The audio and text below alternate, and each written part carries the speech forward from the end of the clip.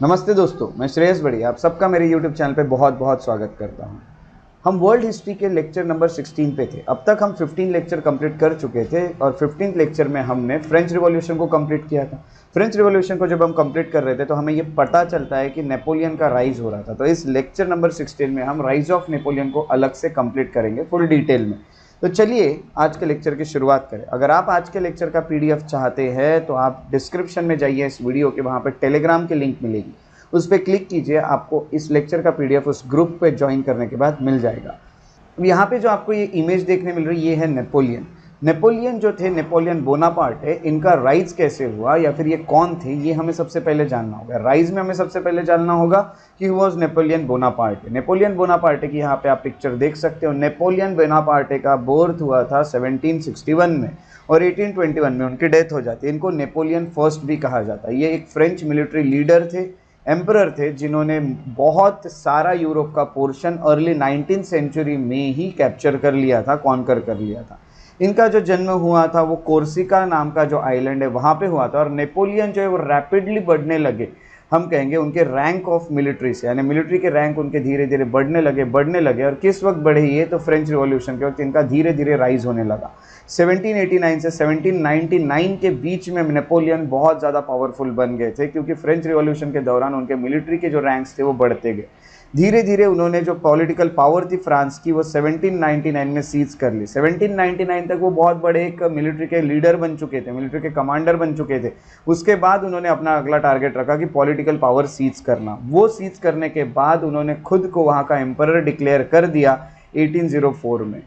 अब अगर बात की जाए तो वो काफ़ी श्रीव्ड, एम्बिशियस और स्किल्ड मिलिट्री स्ट्रेटेजिस्ट थे। नेपोलियन जो थे उन्होंने सक्सेसफुली वॉर लड़े थे अगेंस्ट काफ़ी सारे जो कोएलिशन थे यूरोपियन नेशंस के। यूरोपियन नेशंस एक होकर कोएलिशन बनाते थे और उनके खिलाफ नेपोलियन बोनापार्टे जो है वो वॉर लड़ते थे। और उन्होंने अपना एम्पायर जो था वो पूरे यूरोप में एक्सपांड करना शुरू किया। अब धीरे धीरे क्या होता है कि फ्रेंच पे रशिया अटैक कर देता है, यानी फ्रांस पे रशिया अटैक कर देता है 1812 में। उसके बाद नेपोलियन हार जाते हैं। नेपोलियन को एब्डिकेटेड कर दिया जाता है, उनके थ्रोन से उनके हटा दिया जाता है 2 years लेटर। उसके बाद वो इन्वेजन के बाद 2 साल बाद उन्हें हटा दिया जाता है और उन्होंने एग्जाइल कर दिया जाता है आइलैंड ऑफ एल्बा में। उन्हें कैद कर लिया जाता है, आइलैंड ऑफ एल्बा में भेज दिया जाता है।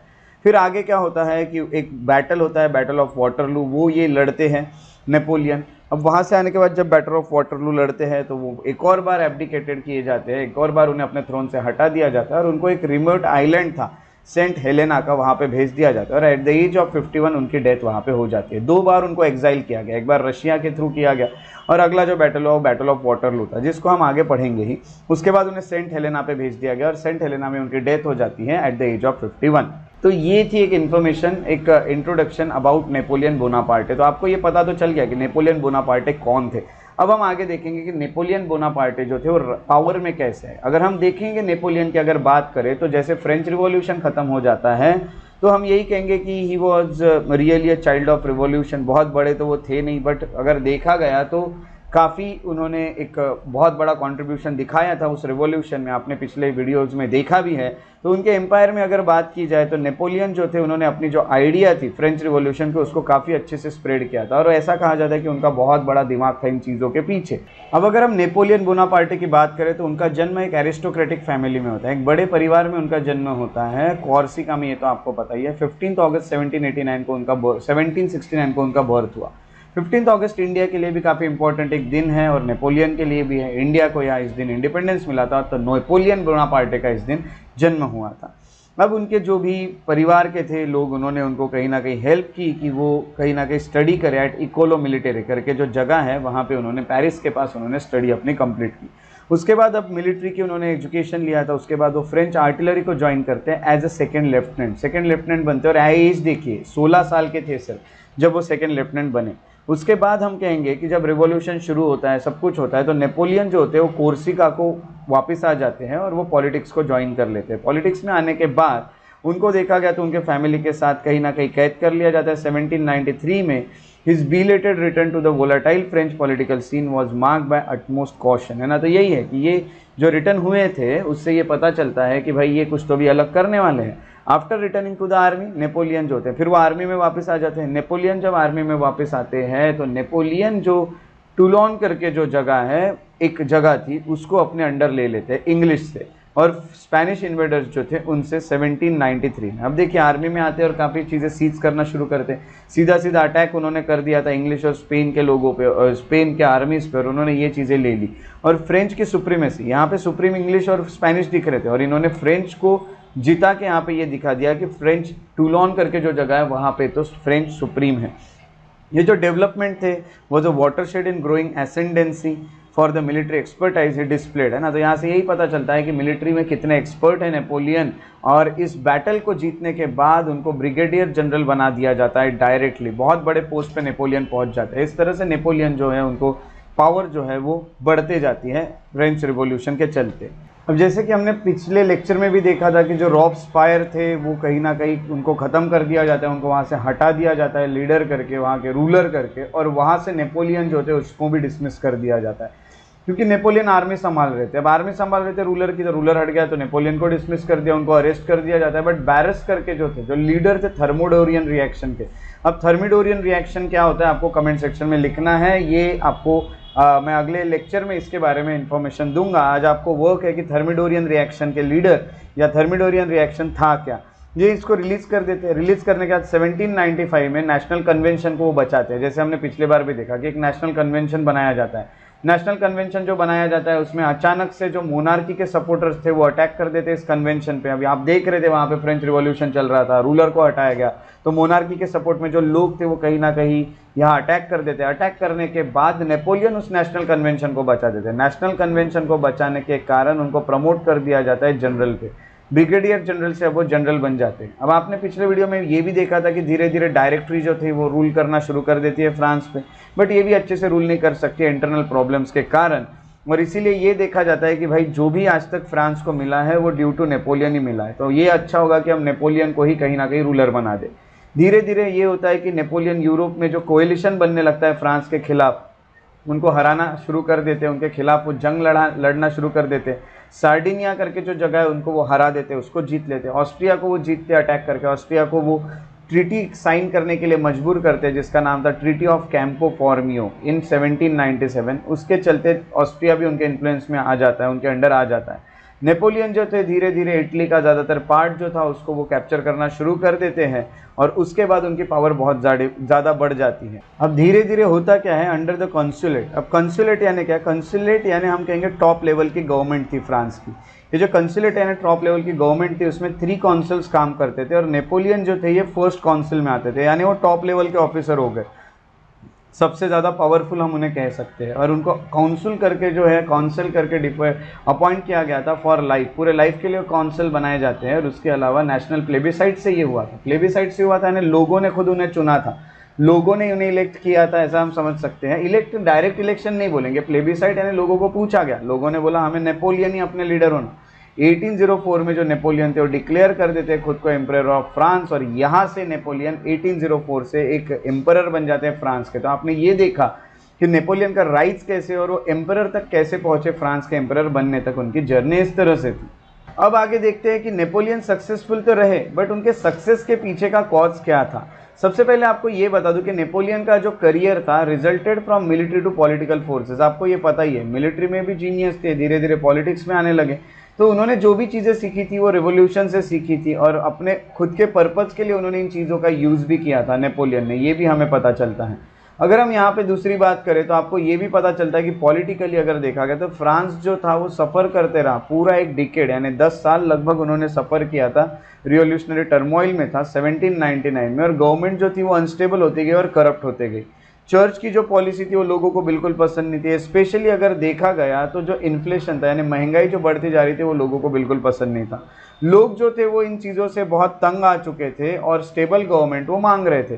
स्टेबल गवर्नमेंट इसलिए चाह रहे थे ताकि वो बहुत अच्छे से अपनी ज़िंदगी गुजार सके। इसीलिए अब ये देखा गया कि मिलिट्री इनोवेशंस अगर देखे जाएंगे, मिलिट्री काफ़ी हेल्प करते हुए दिख रही थी लोगों को कि भाई मिलिट्री हमारे काम आ रही है। इसीलिए उन्होंने नेपोलियन को एक स्टेबल व्यक्ति, एक स्टेबल सरकार रहे, हमारा नेशनल हीरो जो है उसने फ्रांस की बहुत हेल्प की है, ये सब जब देखने मिला तो नेपोलियन कहीं ना कहीं नेशनल हीरो करके उभर के आए और वो कहीं ना कहीं गवर्नमेंट में आ गए और वो खुद ही गवर्नमेंट बनकर उन्होंने यही बोला कि मैं कहीं ना कहीं आप लोगों का बहुत अच्छा करूँगा। और 1804 में आपने देखा ही आगे कि वो तो पूरे एम्परर ही बन गए, बट उनका ये जो काम शुरू हुआ है 1799 से ही शुरू हो चुका था, उसके पहले से ही प्रोसेस में था, बट देखा गया तो पूरा वो पॉपुलर थे, बहुत ज़्यादा पॉपुलर हो चुके थे 1799 में। और स्टेबिलिटी आनी चाहिए इसलिए लोगों ने उन्हें कहीं ना कहीं चुन भी लिया था। अब मिलिट्री विक्ट्रीज जो थी, यानी मिलिट्री में वो जो आगे बढ़ रहे थे, तो वंस अगेन अगेंस्ट ऑस्ट्रियंस, मैंने आपको ये भी बता दिया, इटली में ऑस्ट्रियन के अगेंस्ट वो जीत गए। और जीतने के बाद नेपोलियन को कहीं ना कहीं अपनी पावर जो होती है वो बढ़ाने का मौका मिला और वो खुद को फ्रांस का एम्परर डिक्लेयर कर सके 1804 में। जैसे मैंने आपको बताया कि ऑस्ट्रिया जीतना, इटली जीतना, या फिर हम कहेंगे कि आगे सार्डिनिया जीतना, ये सब जीतने के बाद नेपोलियन की पावर तो बढ़ना बहुत नॉर्मल सी बात थी। और लोगों को ऐसा स्टेबल लीडर चाहिए भी था, जबकि करप्शन जो बढ़ रहा था उसके चलते ये सब लोग चाह रहे थे कि एक अच्छा व्यक्ति हमें मिले, और लोगों को अच्छे व्यक्ति नेपोलियन दिख रहे थे। बट उन्होंने अपने ओन पर्पस के लिए हर एक चीज़ का काम किया था, ये भी हमें पता चलता है, जैसे हमने स्टार्टिंग के लाइंस में ही पढ़ा। तो ये सब आप कहीं ना कहीं देख सकते हो, बट कहीं ना कहीं लोगों को उनमें एक अच्छा लीडर दिखा था। आगे हम कहेंगे कि नेपोलियन जो थे वो काफ़ी एक्टिव एडमिनिस्ट्रेटर भी थे, इसलिए वो कहीं ना कहीं ऊपर आए, और उनके इंटरनल रिफॉर्म जो थे वो भी काफ़ी अच्छे माने गए। जैसे हम कहेंगे कि फ्रेंच रिवॉल्यूशन कहीं ना कहीं सक्सेस हुआ, अकॉम्प्लिशमेंट जो हुआ फ्रेंच रिवॉल्यूशन का, वो कहीं ना कहीं नेपोलियन उसके लिए एक हीरो माने जाते हैं। और सेंट्रलाइज टैक्स सिस्टम भी उन्होंने लाया, आज भी सेंट्रलाइज टैक्स सिस्टम यूज़ किया जाता है, यानी टैक्स जो होगा वो एक ही लिया जाएगा, अलग अलग नहीं लिया जाएगा, सेंट्रलाइज टैक्स होगा। उन्होंने बैंक ऑफ फ्रांस बनाया ताकि स्टेबलाइज हो सके इकोनॉमी फ्रांस की, ये सब चीज़ें हुई।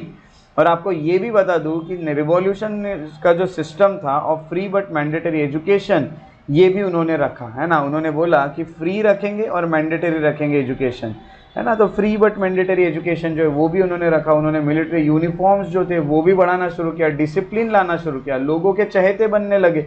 नेपोलियन जो होते उन्होंने काफ़ी सारे रिवॉल्यूशंस जो है ना, उनका सोशल और लीगल एडवांसेस किया, 5 लॉ कोड्स निकाल के, यानी उन्होंने काफ़ी सारे लॉ को कोडिफाई किया, अच्छे अच्छे लॉज बनाए, जिसके चलते सोसाइटी और कहीं कि हम कहें कि लॉ एंड ऑर्डर भी काफ़ी अच्छा होने लगा। नेपोलियन जो होते हैं उन्होंने सिविल और पॉलिटिकल लिबर्टीज जो थी उसको भी बहुत ज़्यादा सप्रेस किया था।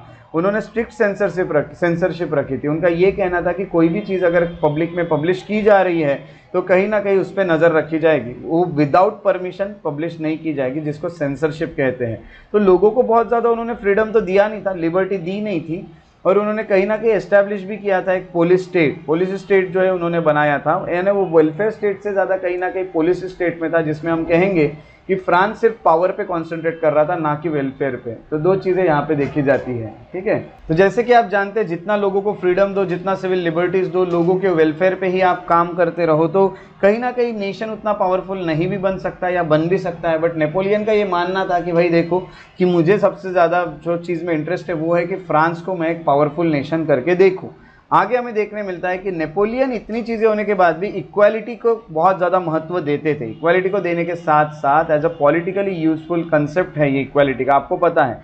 ही saw equality as a politically useful concept that he could maintain with little threat to his position, है ना। तो यही है कि वो उसको मेंटेन भी करते थे। थोड़ा बहुत डर तो था, भाई सबको इक्वालिटी दूंगा तो कहीं ना कहीं मेरे पोजीशन तो धोखे में रहेगी ही, but still Napoleon was working on it. But Napoleon जो है ही saw equality as a politically useful concept. अब उन्होंने जो बहुत अच्छा काम किया था एज ए रूलर वो ये था कि उन्होंने Napoleonic civil code law codes बनाए थे। अब आपको ये कोई डिटेल में पढ़ने की जरूरत नहीं, किसी भी एग्जाम को डिटेल में पूछा नहीं जाएगा नेपोलियनिक सिविल लॉ कोड्स क्या थे, बट आपको एक इन्फॉर्मेशन दे देता हूँ। ये जो सिविल लॉ कोड्स थे, नेपोलियन ने जो लॉ बनाए थे उसके चलते उन्होंने जितने भी मेन हैं सबको इक्वल कर दिया था अंडर द लॉ। इक्वालिटी को कहीं ना कहीं वो उस पर एम्फेसिस रखते थे अपना, यानी वो उसको एम्फोसाइज करेंगे या फिर फोकस्ड रहेंगे इक्वालिटी पे और लोगों को इक्वालिटी देने की कोशिश करेंगे। तो जितने भी मेन थे सबको इक्वल बनाया भी था, और कहीं ना कहीं इक्वल बनाते बनाते उन्होंने ये भी किया कि एक तरह से वुमेन को उतना ज़्यादा पावर नहीं दिया था मेन जितना, बट उन्होंने कहीं ना कहीं इक्वालिटी लाने की कोशिश की, बट